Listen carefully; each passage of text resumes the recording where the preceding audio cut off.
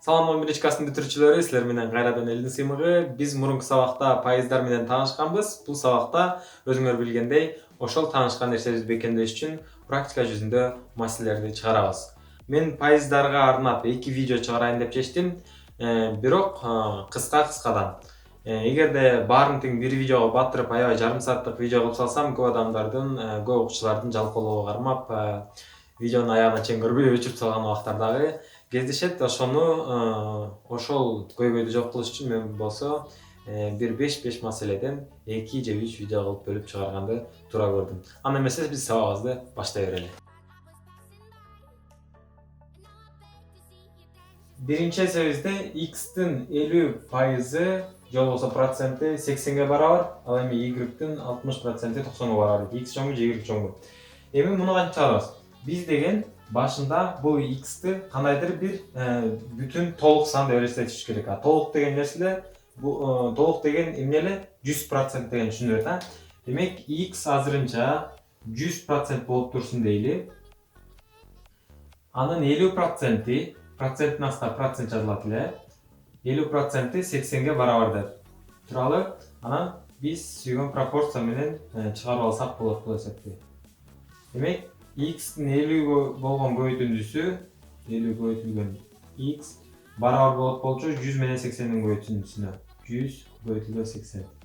Демек x-ти табыш үчүн алабыз.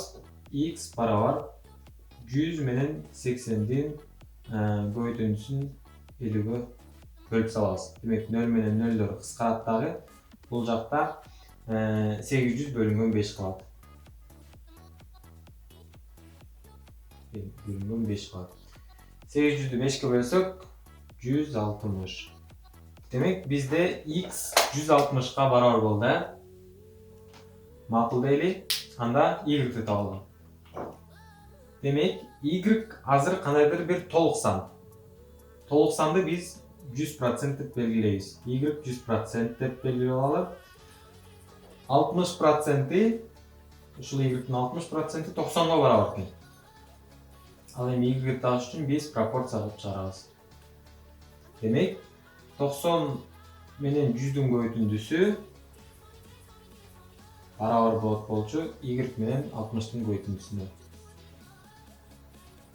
Y табыш үчүн биз деген жөн гана 60-ты мунун астына түшүрүп салабыз дагы. Өчүрүп салабыз. Демек y барабар 6 менен 0 менен 0 кыскарат дагы. Бул 9 деген 3 көбөйтүлгөн 3 болчу туурабы? Бул 6 деген 3 көбөйтүлгөн 2. Демек 3 менен 3 кыскарат дагы. Бул жакта үстүндө 3 30 көбөйтүлгөн 10. 30'ду 10га көбөйтсөк 300 болот. Астында 2 калды. Демек 300 бөлүнгөн 2 150. Ал эми y барабар 150 экен. Демек 160 чоң же 150? Албетте жооп Асы. Кийинки эсепке өтөрөлү.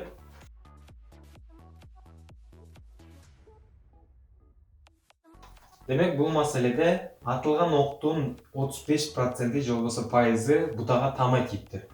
Демек азыр атылган ок өзү 100%га барабар. Демек 200 100% эч бир ок корогон жок. Анын 35% огу бутага тамай тийиптир да аткандачы. 35% тамай тийиптир. Ошо тамай тийген октун саны керек болот атат бизге. Канча? X. 35% канча деген суроо болду. Пропорция алып чыгарабыз. Демек x менен 100'дүн көбөйтүндүсү 100x барабар 200 менен 35'тин көбөйтүндүсүнө. 200 көбөйтүлгөн 35. Демек x барабар 200 көбөйтүлгөн 35 бөлүнгөн 100. 0 менен 0 кыскарат, 0 менен 0 кыскарат. Демек 35 көбөйтүлгөн 2 болуп калат экен. 35 70 болобу? Ал эми 70'ти 1-ге бөлсөң баары деле 70 деген сан чыгат. Демек тийген октун саны 70 экен. 70 чоңбу же 65 чоңбу? Албетте 70 жооп Асы. Демек бул маселеде былтыр 120 сомго алган товарды кийин 150 сомго сатыптыр. 150 сомго сатыптыр. Демек былтыр алган товар бул толук деп эсептешкен. Толук 100%. 100%. Ал эми кийинки товар бул x же болбосо π% дейли. X дейли, π дейли. Пи. Демек пини табыш үчүн биз деген пропорция кылып таба алабыз. Демек пи менен 120-нын көбөйтүндүсү барабар болот 100 менен 150-нин көбөйтүндүсүнө. Анда пини таба алабыз. Пи барабар 100 көбөйтүлгөн 150 бөлүнгөн 120. 0 менен 0 кыскарат дагы. 12 деген бул 4 көбөйтүлгөн 3, 5 деген, 15 деген 3 көбөйтүлгөн 5, 315, анан 3 менен 3 кыскарат дагы. Бул жакта 25 көбөйтүлгөн 4, 100 дегени 4 менен 4 кыскартып салабыз. Анан бул жакта дагы 5 калды, бул жакта 25 калды. Демек 125. Демек 25-ти 5 көбөйтсөк 125. Могул жер 125 экен да. Эми карап тургула. Мурун 100% болчу. Кийин 125% болуп кетти. Демек канча процент өсүп атыптыр? Пи. Могул жер канча процент өстү? 25% көбөйдү, жогорулады. Демек 25% пайда тапты. Мурун 100% болсо, азыр 125 болуп калды. Демек пи барабар 25. 25 чоңбу же 30 чоңбу? 30 чоң. Жок, Б'si. Кийинки эсеп. Демек бул эсепте идиштеги сүттүн 60% чоңбу же анын 3төн 2 бөлүгү чоңбу деген суроого жооп беришибиз керек экен. Демек мен мурунку сабакта түшүндүрүп бергем 60%ды кантип жөнөкөй бөлчөккө өткөрүп алсак болот экендигин. Жөн гана мен 60-ты 100гө бөлүп коем. 60-ты 100гө бөлүп койсом жөнөкөй бөлчөккө келип калат. Демек 0 менен 0 кыскарат дагы, бул жакта 10дон 6 калат. Ал эми 10дон 6 деген, мына могу 6 деген 3 көбөйтүлгөн 2 деген сөз. 3 көбөйтүлгөн 2, бул 10 деген 5 көбөйтүлгөн 2. 2 менен 2 кыскарат дагы 5ден 3 калат. 5ден 3 калды. Демек бул 60% азырынча могу 5ден 3кө, азырынча эмес, 5ден 3кө барабар экен. Анан салыштырабыз. Жөнөкөй бөлчөктөрдү кантип салыштырыш элек? Жөн гана муну буга көбөйтүп туруп, андан чыккан мисалы үчүн 5-ти 2-ге көбөйтсөк 10 чыкты, бияк 10 болот. 3-тү 3кө көбөйтөбүз 9, 9. Демек салыштырабыз, 10 чоңбу же 9 чоңбу? 10 чоң. Мына ушинтип 3төн 2 бөлүү чоңкени табылды.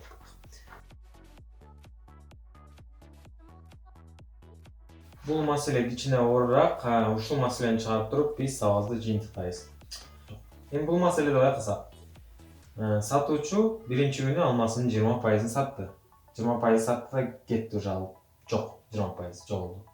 Экинчи күнү ошол калган алманын 8ден 5 бөлүгүн сатты. Демек 8ден 5 бөлүгү да жоголду. Эми калган алмасы, үчүнчү күн 150 кг болчу, аны үчүнчү күндө сатып жок кылып салды. Демек биздин максат ушул сатуучунун бардык болгон алмасын табуу. Демек кантип табабыз? Бул жерде байкашыбыз керек биз. Демек 8ден 5 бөлүгү деп атат, Демек алмасын 8ден 5 бөлүгү. 8ден 5 бөлүгү. Демек бул деген эмне деген сөз? 8ден 8дин 8ден 5 бөлүгү кетти деген сөз да, мисалы үчүн. Бул жакта алайын. 8ден 8дин ушул алмаларда бар толук алманын ушунун 8ден 5 бөлүгү кетти деген сөз. Мына ушунун баары. Демек канчасы калыптыр?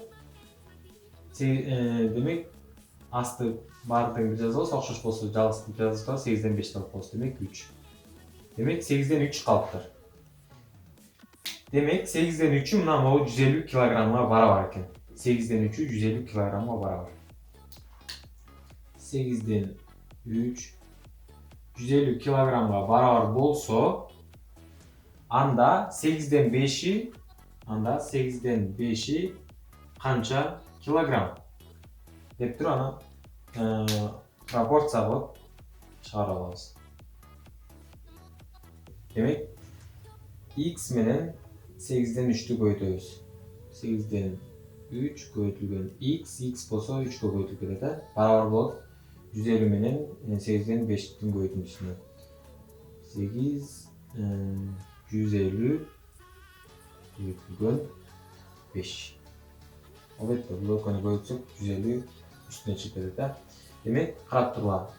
8 деген 4 көбөйтүлгөн 2ге барабар. 4 көбөйтүлгөн 2 8. Ал эми 150 деген 75 көбөйтүлгөн 2.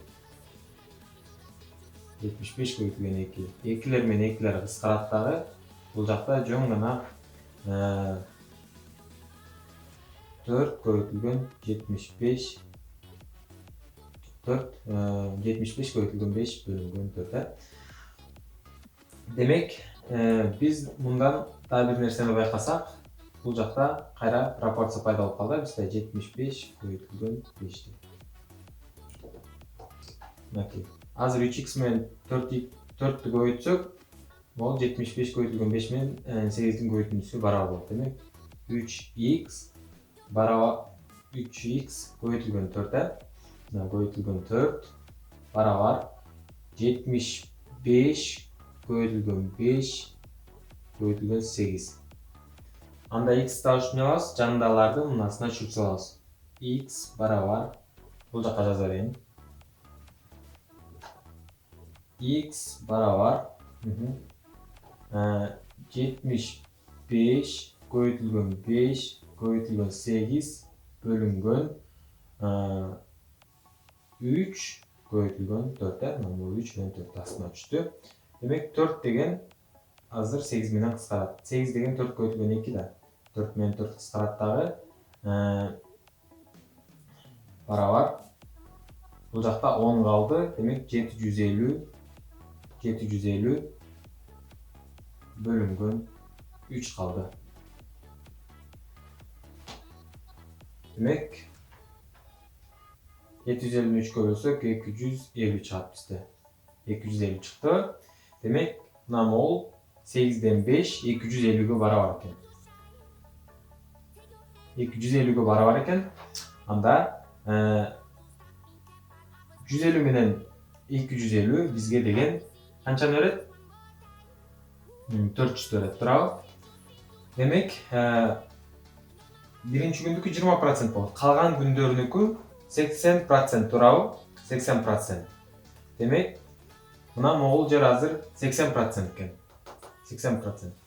Эгерде 80%биз 400 болсо, анда калган канча процент калды? 20%биз канча? 20%биз канча? Пропорция кылып табабыз. Эми 80 менен x-ти көбөйтөбүз дагы 400 менен 20-ны барабарлайбыз көбөйтүп туруп. Ал эми x табыш үчүн жөн эле 80-ди bunun астына түшүрүп салабыз. Бул менен бул кыскарат. Бул 8 деген 4 көбөйтүлгөн 2 турабы? 2 менен бул кыскарат. 400 деген 100 көбөйтүлгөн 4 да. 4 менен 4 кыскарат, демек жалгыз 100 калды. Демек 20% 100 экен, 100 экен. Мына могул жер 100 экен. Демек, үчүнчү күнүбүз 150 болсо, экинчи күнүбүз 250 болсо, экөөнү кошсок 400 болсо, анда бардыгы биригип кошкондо 500 деген 500 килограмм алма келип чыгат экен. Мына ушул бүгүнкү чыгара турган эсебибиз ушул эле болчу. Албетте токтоп калбайбыз. Кийин дагы эсептер болот. Экинчи сабагыбызды улантабыз. Экинчи сабагыбыз албетте проценттерге арналат. Анан менин Telegram каналыма жазылганды унутпагыла. Ал жакта тапшырмалар болот. Ал жакта мен өзүмдүн жаңылыктарымды дагы силер менен бөлүшүп турам. Каналга жазылып, суроолор болсо комментарий калтырганды унутпагыла, лайк баскыла жана досторуң менен бөлүшкөндү унутпагыла. Силер менен Элдин Сыймы болду. Кийинки сабакта көрүшкөнчө кош болгула достор.